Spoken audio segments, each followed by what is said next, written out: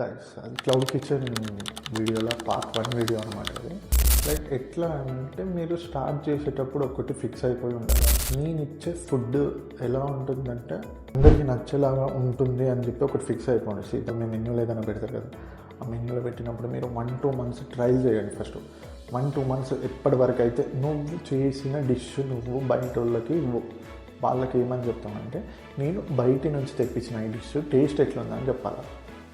అడిగినాం అనుకో, వాళ్ళు జెన్యూన్ రివ్యూ ఇస్తారు. దాన్ని బట్టి ఏది తక్కువైందో అని చెప్పి చేంజ్ చేసుకుంటే అది కొంచెం సెట్ అవుతుంది మనకి బిజినెస్. మనం పెట్టేది క్లౌడ్ కిచెన్ కాబట్టి దానికి మెయిన్గా కావాల్సింది ఏంటంటే ఫుడ్ నచ్చితేనే వాడు మళ్ళీ ఆర్డర్ పెట్టుకుంటారు అనమాట.